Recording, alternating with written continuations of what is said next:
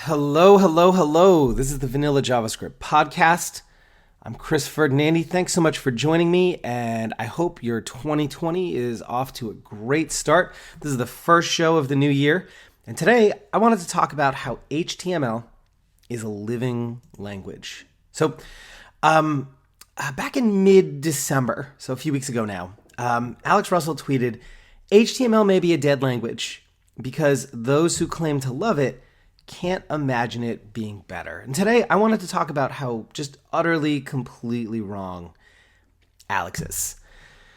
Not on everything, just on this particular sentiment. So there are 2 points to Alex's tweet, and I think we need to kind of break them out and explore each of them separately. So the first is the idea that HTML is dead, and the second is that people who claim to love HTML don't want it to change. Neither of those statements are true. So let's dig in.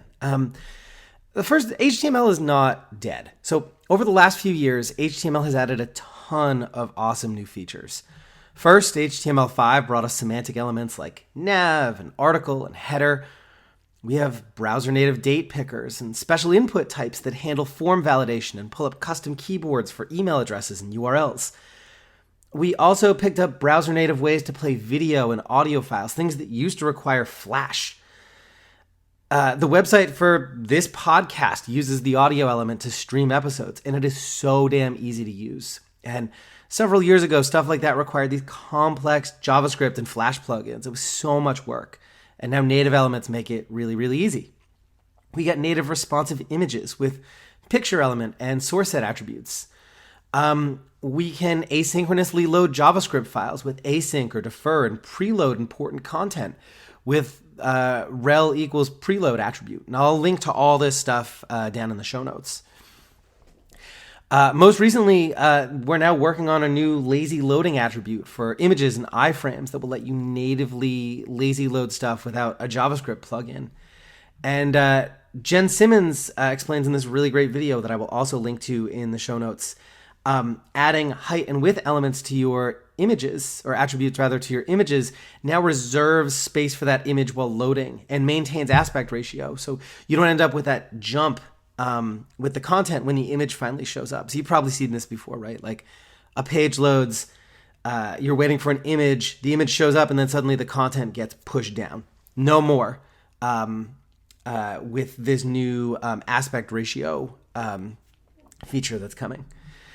And there are plenty of new things that I would love to see added to HTML and CSS and JavaScript, but I don't see how you can look at all this awesome stuff we've gotten and conclude that HTML is dead. The other piece here is that you can love HTML and still want it to get better. The idea that people who claim to love the web can't imagine it being better is just patently false. Recently, Dave Rupert documented how details and summary elements are not actually an accordion, even though they behave that way, and that this subverts expectations and makes his job harder. Scott O'Hara has written before about the dialogue element, which functions kind of like a modal, misses the mark in many ways, and is not accessible by default out of the box. There's a lot of stuff you need to do to it to make it work the way it should have.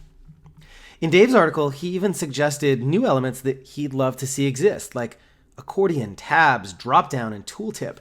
I was chatting about this a little bit with Mandy Michael, and she suggested a carousel element would be another awesome addition. And I think these are all things that are hard to do well and would benefit from built-in elements. Like, we spend so much time on these like low-level features, and I think what a lot of developers need are simple ways to do accessible things that are currently hard. So that's one piece of it. The other thing here is that there's a bit of a political backdrop to Alex's tweet. It included a link to an article from Adrian Roselli that criticizes how Google Chrome hastily rolled out the toast element without going through the proper standards process. And I will link to Adrian's article in the show notes. Web standards are a set of processes that browser vendors are supposed to go through before implementing a feature to get other browser makers on board, document specs, and iron out details. They exist to make sure that whatever you ultimately ship will be as useful as possible to as many people as possible and will be implemented consistently by all browsers. If you're newer to web development, you may not know what the web was like before web standards. In short, it was fucking awful. Browser makers would just go off and do whatever the hell they wanted, creating new elements and new JavaScript methods and so on to accomplish things that their users were asking for. It sounds good, but because each browser did things a little bit differently, writing code that worked everywhere was a fucking nightmare. Some people would use user agent sniffing to serve up different pages to different browsers. JavaScript files were littered with conditional if-else statements using different methods for different browsers. It sucked. The web standards process ensures that this doesn't happen again. It makes your life as a developer easier. I tweeted a little bit about this, and John Lundman shared a really nice abridged history of the browser wars that I thought did a great job of summarizing what it was like and why standards matter. And he let me kind of pull his series of tweets together into a summary that I will link to down in the show notes as well. But John wrote, in the early years of IE, Microsoft really pushed the boundaries of what could be done with JavaScript. They called it DHTML. It's why so many enterprise/intranet systems were built for IE. No other browser at the time came close to offering the same native-like experience that we all take for granted today. Microsoft didn't wait around for standards to emerge around this stuff. They invented whatever API they wanted, CSS stuff too. Heck, they basically invented web components, which they called DHTML behaviors, all the way back in IE5. This meant a ton of rich dynamic web apps only worked in IE. But everyone used Windows, so everyone had IE, right? No big deal. Competing browsers gradually caught up in capabilities, but rallied around standards that differed significantly from Microsoft's made-up specs. By then, there was a decade. But by then there was a decade worth of enterprise web apps in production that were built for IE only, and it would be too expensive to rewrite or replace for modern browsers. Many of these legacy systems are still in use today, which means many organizations still need IE in order to use them, which is why Microsoft can't just kill it already, despite desperately wanting to. And that's one of the reasons so many of us still have to make our shiny new modern web apps also work in crappy old IE. We all want the web to evolve and get better, but if Google takes matters into their own hands and adds non-standard features to Chrome, then Chrome risks becoming the new IE6. So that was John. If it wasn't obvious already from his last statement, this is why web standards matter. And the Google/Chrome team's position that standards process is too slow is so dangerous to the web. I'd actually argue that as the dominant browser on the web, Chrome is already the new IE. They're not at risk of becoming the new IE. They're already the new IE, just by virtue of being the browser that most people use. And the question is, will they learn from IE's mistakes, or are they doomed to repeat them? Chrome has more developer advocates than some browser vendors have employees.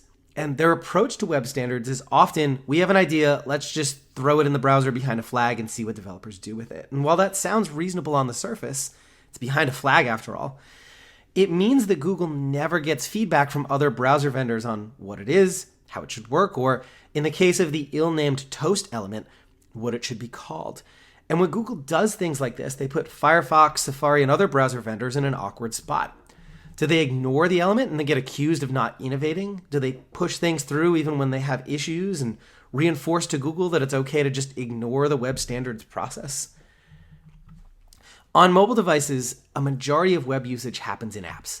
To some people, that means that the web as a platform is dying, and it's not. I'll link to my kind of rant on that in the show notes. But the thinking here is that it can't compete with native app features. That a segment of people truly believe that in order to keep up, browser features need to grow rapidly to match the feature sets that are available in native apps. And I think that's a false dichotomy. I don't think this is a zero-sum game. The choice isn't web or apps, and one doing well doesn't mean that the other is losing. On desktop, we use browsers and native apps alongside each other comfortably all day long. No one thinks this is weird. But on mobile, it's this big battle for the platform, and I don't really understand why. On my phone, there are some things I'd rather use an app for, email or streaming music. For others, I'd rather use a browser. I don't think I don't I don't think that the overhead of another app is always worth the benefit. There are some things I'd rather have a browser for. And I don't really get why this is a bad thing. So no, HTML is not dead. The web isn't dead. They're changing and they're growing slowly, deliberately slowly, towards a wonderful future. So that's it for today. If you want to finally master JavaScript, head on over to vanillajsguides.com and check out my pocket guides and video courses. They're short, focused, and made for beginners, and you'll learn the ins and outs of a topic in under an hour. As a listener of this show, you can take 30% off with the code PODCAST at checkout. See you next time. Cheers.